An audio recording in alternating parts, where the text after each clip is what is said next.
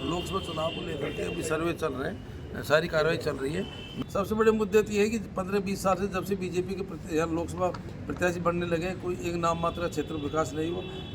हमको एहसास ही नहीं है। राजेश पाटिल का टाइम था, वो एक लोकसभा प्रत्याशी होते थे, अभी पिछले 10-15 साल का टाइम है, ऐसा पता नहीं लगता है कि वो लोकसभा प्रत्याशी है भी। कोई काम ही नहीं हो रहे, कोई बात ही नहीं है। कोई राजेश पाटिल जी ने, मैं कहूँगा कि दौसा क्षेत्र में राजनीतिक जागृति पैदा करी थी। उससे पहले पूरे क्षेत्र में राजनीतिक जागृति थी नहीं, और उसके बाद में लोग राज्य में अवेयर हुए।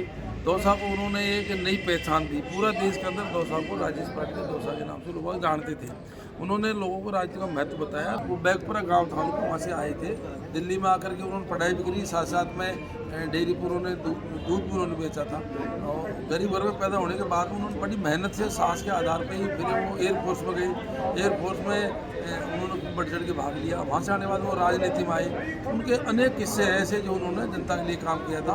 इसलिए मैं कह रहा हूँ कि उनके जीवन को उनको प्रेरणा स्रोत के रूप में लेना चाहिए। पायलट साहब भी राजनीति के समय में, अभी राजनीति के समय में तकनीकी हिसाब से काफ़ी चेंज आ गया। ये मैं समझता हूँ कि जिस तरह से राजेश पाटिल ऊर्जावान मेहनती लीडर थे, सचिन पाटिल भी उन्हीं की तरह जनाधार वाले हैं, मेहनती हैं और ऊर्जावान नेता है। मैं समझता हूँ कि निश्चित वो उनके लिए भी, उनके पिताजी तो थे ही थे, लेकिन उनके लिए भी राजेश पाटिल प्रेरणा के स्रोत होंगे। और सचिन पाटिल भी उन्हीं पद चिन्हों पर चल करके निश्चित हमारे क्षेत्र का और देश का सबका नाम रोशन करेंगे। आज पूर्व केंद्रीय मंत्री स्वर्गीय राजेश पाटिल की जयंती है और आज हमारे साथ हैं पूर्व मंत्री और दौसा विधायक महिलाराज मीणा से सीधी बात करेंगे। सर, आज किस तरह देखते हैं कि राजनीति में आ गए हैं, राजनीति में क्या कुछ पायलट साहब की जयंती को हम प्रेरणा दिवस के रूप में लेते हैं। राजेश पाटिल एक ऐसे किसान नेता, मजदूर नेता, गरीबों के मसीहा, समाज को, देश को, प्रदेश को, दौसा को नई दिशा देने वाले नेता थे। तो उन्होंने बहुत लंबा सफ़र तय किया था। वो एक बहुत गरीब वर्ग में पैदा हुए थे, वहाँ से बढ़ करके एयरफोर्स से सफ़र तय करते करते भरतपुर से लोकसभा प्रत्याशी रहे, कैंडिडेट्स MP रहे, फिर हमारे दौसा आ गए थे। दौसा में ऐतिहासिक उन्होंने विकास के काम किए। विकास के काम के साथ साथ में राजेश पाटिल जी ने, मैं कहूँगा कि दौसा क्षेत्र में राजनीतिक जागृति पैदा करी थी। उससे पहले पूरे क्षेत्र में राजनीतिक जागृति थी नहीं, और उसके बाद में लोग राज्य में अवेयर हुए। दौसा को उन्होंने एक नई पहचान दी। पूरा देश के अंदर दौसा को राजेश पाटिल दौसा के नाम से लोग जानते थे।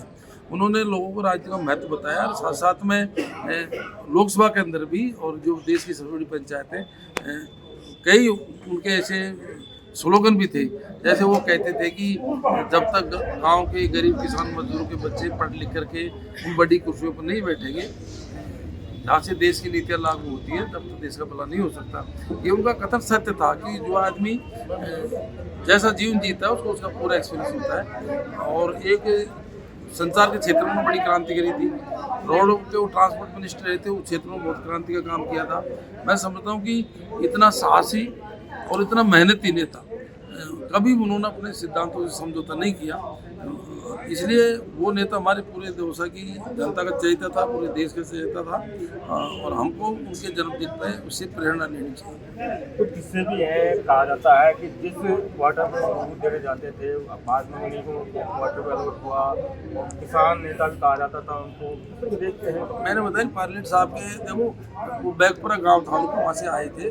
दिल्ली में आकर के उन्होंने पढ़ाई भी करी, साथ साथ में डेयरी पर उन्होंने दूध भी उन्होंने बेचा था। और गरीब वर्ग में पैदा होने के बाद उन्होंने बड़ी मेहनत से साहस के आधार पर ही फिर वो एयरफोर्स में गए। एयरफोर्स में उन्होंने बढ़ चढ़ के भाग लिया। वहाँ से आने के बाद वो राजनीति में आए। उनके अनेक किस्से ऐसे जो उन्होंने जनता के लिए काम किया था। इसलिए मैं कह रहा हूँ कि उनके जीवन को उनको प्रेरणा स्रोत के रूप में लेना चाहिए। आज के जो लीडर्स हैं, इसलिए देखते हैं राजेश पाटिल की राजनीतिक प्रेरणा देते हैं। आप में भी कोई वो छाप दिखती है उनकी जब आप राजनीति करते हैं? तो मैं पायलट साहब को बहुत नज़दीक रहा हूँ और मैं समझता हूँ कि हमने पूरा उनको बहुत बारीकी से देखा है, बारीकी से हमने पढ़ा है। उनका हमेशा उनके 24 घंटे उनके दिमाग में रहती थी, मैं कैसे गरीबों को भला करूँ, कैसे मैं किसान का भला करूँ, कैसे मैं देश का भला करूँ। और वो अपने सिद्धांतों पर कई बार अड़ भी जाते थे। जैसे मान लो हमारे यहाँ कांग्रेस की गवर्नमेंट थी, एक बार ऐसा समय आया था उनको अपना बहुत बड़ा पद खोना पड़ा था होम मिनिस्टर का। जो चंद्र स्वामी का मैटर आया था, चंद्र स्वामी को उन्होंने गिरफ्तार किया। चंद्र स्वामी हमारे देश के प्रधानमंत्री बहुत नज़दीक थे, और लेकिन उन्होंने कभी सिद्धांतों से समझौता नहीं किया। उन्होंने जब भी मौका आया था अपने गाँव, चाहे अपनी खुद की सरकार में रहे हों चाहे विपक्ष में रहे हों, आम लोगों की बात को बहुत मजबूती के साथ में लोकसभा में रखा। क्या यही कारण था जब सबसे बड़ा, अगर सांसद की बात करें तो सबसे बड़ा कार्यकाल रहा था, उन्होंने कर्म स्थली बनाया था इसी को, कंटिन्यू रहे, फिर रामा पायलट बने, फिर सचिन पायलट यहाँ से सांसद बने, तो कितना गैप हो चुका है राजनीति में अब? तो राजनीति में एक तो क्या कि जितने काम लोग केंद्र सरकार की तरफ से राजेश पाटिल के टाइम पे हुए थे, रमा जी के टाइम पे हुए थे, सचिन पायलट के टाइम पे हुए थे। राजेश पाटिल के टाइम पे बहुत बड़े बड़े प्रोजेक्ट थे, जैसे रेल लाइन है, ये 2 साल से गंगापुर सिटी है, उनके टाइम में स्वीकृत हुआ था। बड़े दुख की बात है, 2-2, 3-3 सांसद बन गए, उसके बाद में आता चालू नहीं हो पाया क्योंकि बीजेपी गवर्नमेंट रही है।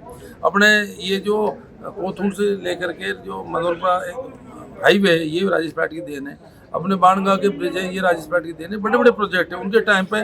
कभी रामविलास पासवान था, कभी लालू प्रसाद यादव था, कभी नीतीश कुमार था, केंद्रीय मंत्री आते रहते थे। बड़े बड़े काम उन्होंने किए थे, उनके विकास के तो काम उन्होंने बहुत किए थे। विकास के साथ साथ में उन्होंने राजनीति को अच्छी दिशा दी थी, एक नई दिशा दी थी, गाँव के लोगों में राजनीतिक अवेयरनेस उन्होंने पैदा करी थी। उनके बेटे सचिन पायलट उनके काफी नजदीक रहे, कितना डिफरेंट मानते हैं, कितना इक्वल मानते हैं पिता पुत्र की राजनीति? देखो, पायलट साहब की राजनीति के समय में, अपनी राजनीति के समय में तकनीकी हिसाब से काफ़ी चेंज आ गया। ये मैं समझता हूँ कि जिस तरह से राजेश पाटिल एक ऊर्जावान मेहनती लीडर थे, सचिन पायलट भी उन्हीं की तरह जनाधार वाले हैं, मेहनती हैं और ऊर्जावान नेता है। मैं समझता हूँ कि निश्चित वो उनके लिए भी, उनके पिताजी तो थे ही थे, लेकिन उनके लिए भी राजेश पाटिल प्रेरणा के स्रोत होंगे। और सचिन पायलट भी उन्हीं पद चिन्हों पर चल करके निश्चित हमारे क्षेत्र का और देश का सबका नाम रोशन करेंगे। लोकसभा चुनाव का काउंटडाउन शुरू हो चुका है, कई लोगों के नाम आ रहे हैं, कहा जा रहा है कि जयपुर से जी का भी, राजेश पायलट जी का भी है। क्या लगता है 2 साल के क्या मुद्दे अहम होने वाले हैं? क्या आपका नाम आ रहा है आपके पास? ऐसा देखो, लोकसभा चुनाव को लेकर के अभी सर्वे चल रहे हैं, सारी कार्रवाई चल रही है। मैं ये कह सकता हूँ कि हमारी तरफ से या मेरे परिवार की तरफ से लोकसभा चुनाव को लेकर किसी प्रकार की कोई दावेदारी नहीं है। बहुत से लोग दावेदार हैं, अच्छे अच्छे प्रत्याशी आ रहे हैं, और जिसको हमारे पार्टी प्रत्याशी बढ़ाएंगे उसकी मदद करेंगे। फिर भी ये कहा जा रहा है कि शायद हो सकता है, क्योंकि आप इकलौते विधायक हैं जो कांग्रेस से जीत के हैं, बाकी विधायक हार गए हैं, तो क्या दाव खेल सकती है प्रियंका के नाम? मैं बोल रहा हूँ, मेरी तरफ से हमारी किसी प्रकार की कोई दावेदारी नहीं है। बहुत से अच्छे मेरे से अच्छे कई प्रत्याशी हैं, हम कोशिश करेंगे इस बार, क्योंकि लंबे समय से यहाँ पे कांग्रेस का लोकसभा प्रत्याशी जीता नहीं है।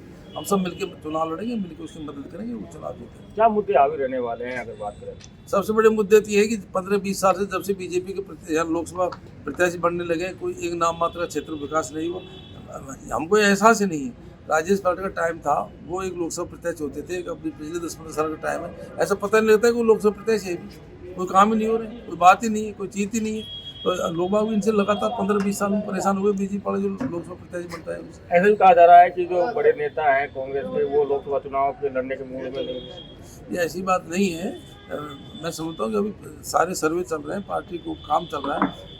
वो तो जिसको जो पार्टी तय करेगी वो सब फैसले सबको मान्य होती है। बदन सरकार लगातार काम पे काम करते जा रही है, किस तरह के? पहली बात, आपको क्वेश्चन निकलते हैं, भजन सरकार लगातार काम पे काम करते जा रही है। मेरे को बताओ, काम पे काम कर रही है। भजन सरकार हमारी प्रदेश की जो योजनाएं थी, जो हमारे विकास के काम थे, उनको बंद करने का काम कर रही है। विकास, आप बताओ, पिछले 6 महीने से पूरे काम बंद है। डेवलपमेंट के सरकारी काम तो बंद है ही, प्राइवेट काम भी बंद हो गए। उन्होंने लोकल स्तर पर भी अवैध खनन के नाम से सारे ट्रैक्टर बंद करा दिए, गरीबों के भाटे बंद करा दिए, मोरम बंद करा दिए। यहाँ तक अब किसान अपने खेत से मिट्टी नहीं उठा सकता। क्या स्थिति कर दी? बेरोजगारी ज़बरदस्त होगी। यहाँ सुबह हज़ारों आदमी आते हैं, बेचारे चौपाटी पर वापस चल जाते हैं बेरोजगार लेकर के। इन्होंने VCR के नाम पर किसानों को परेशान कर रहे हैं। डेवलपमेंट के सारे टेंडर रोक दिए, विकास के काम रोक दिए, पेमेंट टाइम पे ठेकेदार को हो नहीं रहे और किसी काम हो नहीं रहे। काम पे काम कौन सा कर रहे हैं? काम पे काम बंद करते जा रहे हैं। एक सवाल पूछ सकता हूँ, पिछले बार जब आप सत्ता में थे तो एक पूरे 5 साल नाम गूंजा सचिन पायलट।